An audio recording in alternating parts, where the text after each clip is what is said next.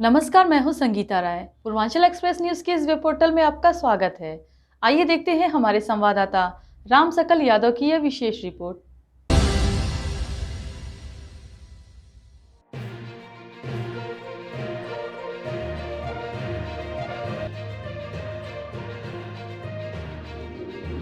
आजमगढ़ दहेज उत्पीड़न के मुकदमे अग्रिम जमानत मिलने के बाद भाजपा नेता ब्रिजेश दुबे ने अपने आवास पर प्रेस वार्ता का आयोजन किया और कहा कि सत्य परेशान हो सकता लेकिन पराजित नहीं। उन्होंने कहा कि एक व्यक्ति द्वारा मुझ पर और मेरे परिवार पर झूठे आरोप लगाते हुए दहेज उत्पीड़न का मुकदमा शहर कोतवाली में दर्ज कराया गया था, जो पूरी तरह से गलत था। इस मामले में कोर्ट ने मेरा पक्ष सुना और साक्ष्य के आधार पर मुझे, मेरी पत्नी और मेरे बेटे को जमानत मिली। प्रेस वार्ता के दौरान भाजपा नेता ब्रिजेश दुबे ने बताया कि मूल रूप से निजामाबाद थाना क्षेत्र के शाहपुर गांव निवासी दिनेश तिवारी ने शहर कोतवाली में दहेज उत्पीड़न का मुकदमा पंजीकृत कराया था। भाजपा नेता ने बताया कि लड़की के घर पर एक पुजारी पूजा करते थे, वह हमारे घर भी पूजा करते थे। उन्हीं द्वारा शादी तय कराई गई थी। शादी तय होने के बाद लड़की के पिता ने उनसे घर बनवाने के नाम पर एक बार 5 लाख, दूसरी बार 3 लाख और तीसरी बार 2 लाख रुपए उधार लिए थे। उन्होंने कुल मिलाकर 15 लाख नकद व 10 लाख रुपए कीमत के गहने को हड़पने की नीयत से इतना बड़ा षड्यंत्र रचा और मुझे व मेरे परिवार को बदनाम करने के लिए मुकदमा पंजीकृत कराया। भाजपा नेता ने बताया कि लड़की के पिता के द्वारा मुझे केवल 21,000 रुपए सगुन के नाम पर गोद भराई में दिए गए थे। भाजपा नेता ने कहा कि उनका आरोप था कि उनके पुत्र को डॉक्टर बताकर शादी तय किए जाने का आरोप लगाया और वो भी गलत बताया गया।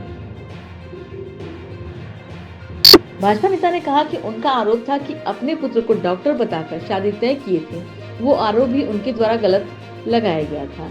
भाजपा नेता ने बताया कि फार्मेसी की डिग्री लेने के बाद नाम के आगे डॉक्टर लिखा जा सकता है। मैंने पल्ली में ट्रेनिंग की बात कही थी, नौकरी करने की बात नहीं। उन्होंने कहा कि जब मेरे द्वारा दिए गए रुपए मांगे गए तो उन्होंने मेरे खाते में रुपए भेजे, इसी वह दहेज का रुपया बता रहे हैं। भाजपा नेता ब्रिजेश दुबे ने कहा कि लड़की पक्ष के लोगों ने जिस प्रकार से उनका मानसिक, शारीरिक और सामाजिक हत्या करने वालों के खिलाफ वे न्यायालय में दरवाजा खटखटाएंगे। सबसे पहले मैं आप सभी को सादर प्रणाम करता हूं। आप सभी के कृपा आशीर्वाद से, माता पिता के आशीर्वाद से मैं बेदाग था और बेदाग हूं। सत्य परेशान होता है, पराजित नहीं होता। मेरे ऊपर लड़की पक्ष ने गलत आरोप लगाया था, जिसका साक्ष्य मैं न्यायालय में पेश किया और न्यायालय ने मुझे, इसीलिए मैं आप सभी के आशीर्वाद को लेने के लिए और अपने आप को बेदाग साबित करने के लिए आप सभी को अपने यहाँ बुलाया हूँ। किसने लगाया था, कहाँ के निवासी थे और आपके रिश्ते में क्या मतलब होने वाला, बताइए। हमारे होने वाले रिश्तेदार थे। ठीक है। हमारे बेटे की शादी के लिए उनके घर पूजा पाठ करने का पुजारी, जिनका नाम वेद प्रकाश तिवारी है, सबसे बड़ा षड्यंत्र रच करके वेद प्रकाश तिवारी ने मुझे अंधकार में रखा। दिनेश तिवारी, जो सचमुच में निजामबाद थाना अंतर्गत शाहपुर गांव के रहने वाले हैं, जिन्होंने मुझे अपराधी बनाया और अपराधी साबित नहीं कर पाया। शादी की प्रक्रिया कब शुरू हुई थी और कब जो है एंगेजमेंट हुई थी? मेरे यहाँ 28 फरवरी को अगुआ वेद प्रकाश तिवारी के साथ दिनेश तिवारी आए और मुझसे अनुनय विनय करने लगे कि मैं लड़की का बाप हूँ और लड़की का बाप, मैं स्वयं 5 बेटियों का बाप होने के नाते लड़की के पिता को प्राथमिकता दिया और मैंने उनसे कहा, जिसकी ऑडियो भी मेरे पास है, जब ऑडियो उनसे बात हुई, मैंने कहा लड़की देखूंगा तो 1 रुपये और 1 थाली और लोटा पर आपकी लड़की से शादी करूंगा। और जितने भी उन्होंने मेरे ऊपर आरोप लगाया है कि ये मुझसे बार बार पैसा मांगे हैं, मेरे भाई और मेरे लड़के को अपने घर से गाली देकर भगाए हैं, सबका साक्ष्य उनका और मेरा ऑडियो क्लिप मेरे पास है, जो आप सभी को दूंगा। उस सब का जवाब उन्हीं के ऑडियो में खुद आप सभी को मिल जाएगा। सबसे बड़ा उनका आरोप था कि आपने अपने लड़के को पलहनी में फार्मासिस्ट बताकर शादी तय की, जबकि ऐसी कोई ना आपके लड़के के पास कोई डिग्री थी ना उसका अपॉइंटमेंट था। मैंने कहा कि वो मेरे ऊपर सारे गलत आरोप लगाए हैं। मैंने कोर्ट में अपने बेटे का फार्मेसी का और एक्ट की सारी सबूत, जिसे इस संसार का भगवान माना जाता है, उस सबूत को लेकर मैं न्यायालय में अपना सबूत सुपुर्द किया और न्यायालय के देवता न्याय भगवान ने हमको उस सबूत के आधार पर अग्रिम जमानत देकर के आप सभी के बीच में मैं बेदाग था, बेदाग हूं और बेदाग रहूंगा। मैं संस्कारी था, संस्कारी हूं और संस्कारी रहूंगा। उन लोगों का एक आरोप था कि आपने अपने लड़के के आगे डॉक्टर लिखवाया था। हाँ, फार्मेसी एक्ट में मैंने जो सबूत दिया है उस पे फार्मेसी एक्ट में लिखा गया है कि फार्मेसी करने वाला हर विद्यार्थी डॉक्टर लिख सकता है। उसी के आधार पर मुझे अग्रिम जमानत न्यायाधीश महोदय ने दिया। तो आपका लड़का कॉलोनी में अपॉइंट था या नहीं था? मेरा लड़का, मेरी उनकी वार्ता, मैंने कहा कि ऑडियो दूंगा। मैंने उनसे बताया था कि मेरा लड़का डी फार्मा पास करके सरकार द्वारा जो 90 दिन की ट्रेनिंग होती है, वह ट्रेनिंग लड़का मेरा पलहनी सामुदायिक स्वास्थ्य केंद्र में कर रहा है और उनके द्वारा भेजा गया एफआईआर में विवेचक राज किशोर शर्मा जा करके पलहनी ब्लॉक में पूछताछ भी किए और वहाँ के प्रभारी लोगों का मैं बहुत बहुत धन्यवाद करता हूं कि उन्होंने सच जो सही था वह लिख कर दिया कि ब्रजेश दुबे का लड़का माता प्रसाद दुबे उर्फ विनीत बाबू मेरे यहाँ डी फार्मा की ट्रेनिंग कर रहा है। अच्छा, उनका ये भी आरोप था एफआईआर में कि आपने 17 से 18 लाख रुपए शादी के नाम पे ले लिए। मैंने आप सभी महोदय से बताया कि हमारे और उनके कुछ रिश्ते मीठे हो गए थे। वो अपने घर मुझे कभी नहीं ले गए। मेरे नात रिश्तेदार बताए कि आप लड़की का घर देखे हैं कि नहीं, शादी किस बेस पर तय कर लिए। तो मुझे वो राज पैलेस में पहले दिन 2 मार्च को अपनी लड़की को दिखाए, जिसमें मेरा परिवार, उनका परिवार और अगुआ स्वयं थे। उनके सामने मेरी पत्नी ने अपने हाथ की 4 चूड़ी उस लड़की को देखने के लिए पैतृक गहना 4 चूड़ी उस लड़की को दिया, एक पाजेब दिया, एक नाल की कील दे करके राज पैलेस में पहले दिन छेका किया। ठीक है, तो जो उनका आरोप पैसा लेने का है कि आपने शादी के नाम पे बहुत कई किस्तों में लाखों रुपए ले लिए थे। मैंने कहा आपसे श्रीमान जी की ऑडियो मेरे पास है, मेरी उनकी वार्ता हुई है। मैं हर ऑडियो में जब जब मुझको वो बार बार मुझे मानसिक रूप से प्रताड़ित करते थे कि आप क्या लेंगे, मैंने कहा था कि मैं ब्राह्मण का लड़का हूँ, ब्राह्मण समाज का लड़का हूँ, एक लड़की का बाप हूँ, सिर्फ लड़की देख करके लड़की पर शादी करूँगा।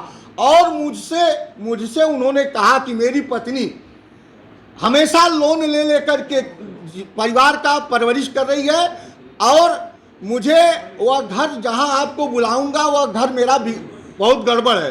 मुझे घर बनवाने के लिए अगर कहीं से पैसा मिल जाए या आप खुद दे दें तो मैं आपका पैसा फिर पत्नी के नौकरी पर, उनकी पत्नी हलुआडी प्राणी पाठशाला में सहायक अध्यापिका और इस समय प्रधानाचार्य का कार्य लेके है, वो अपने नौकरी पर आपसे लोन ले करके और फिर मैं आपका पैसा वापस कर दूंगा।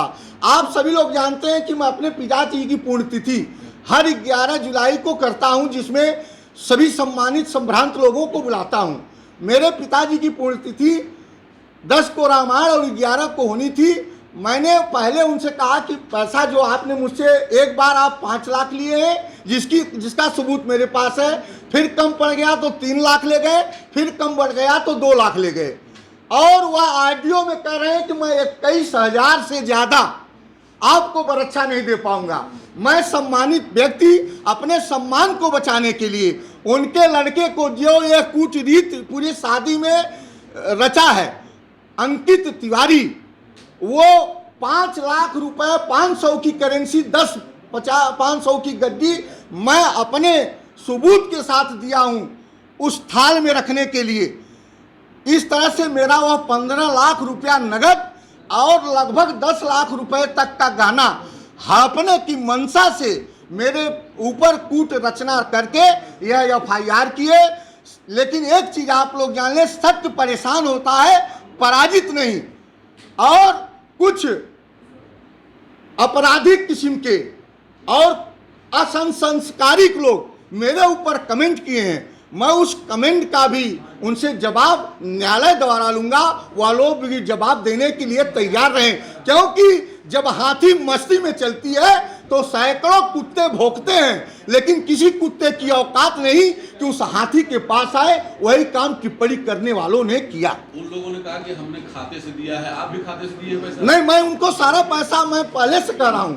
मेरे ऊपर जब 1 तारीख को FIR कोतवाल महोदय ने किया, कोतवाल महोदय एक राष्ट्रद्रोही को क्लीन चिट दे सकते हैं और एक संस्कारी बालक के ऊपर इतना धारा लगा करके कचहरी तक भेज सकते हैं। कोतवाल महोदय को भी इसका जवाब देना होगा कि आपने एक राष्ट्रद्रोही को क्लीन चिट दिया किस बेस पर, और एक संस्कारी बालक के ऊपर किस आधार पर इतना मुकदमा दाखिल किया है, उसका भी जवाब उनको कोर्ट में देना होगा। लड़की पक्ष में आप क्या कानूनी कार्रवाई करेंगे? मैं अपने लिए न्याय की अपील करूंगा।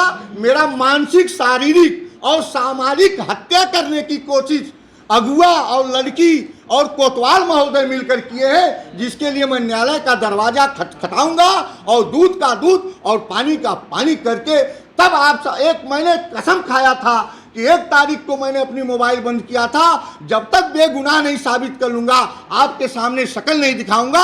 आज न्यायाधीश महोदय ने मुझे 25 तारीख को अग्रिम जमानत दिया है। उसके बाद मैं माता विंध्यवासिनी पर विश्वास करता हूं, उनके शरण में जाकर के मत्था टेका कि हे माँ, आपने मुझे न्याय दिया है और इसी तरह मुझे न्याय दीजिएगा। जो मेरे ऊपर कलंक लगाया है उसको सजा दीजिएगा, और माता के घर देर है अंधेर नहीं है। लेकिन अग्रिम जमानत को क्लीन तो नहीं माना जा सकता ना?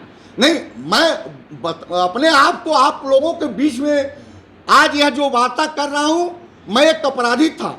मुझे विवेचक कोतवाल अरेस्ट करके मेरे मानसिक, शारीरिक और राजनीतिक छवि को खराब करने की कोशिश कर रहे थे। उस छवि को बचाने के लिए मैं न्यायाधीश महोदय से अपने सारे सबूत को दिया, और विद्वान अधिवक्ता हमारे प्रशांत उपाध्याय जी ने बहस किया और उस पर न्यायाधीश महोदय ने मुझे उस योग्य समझा, तो मुझे उस करके अग्रिम जमानत दिया, जो आज आपके सामने बताने के योग्य हूँ।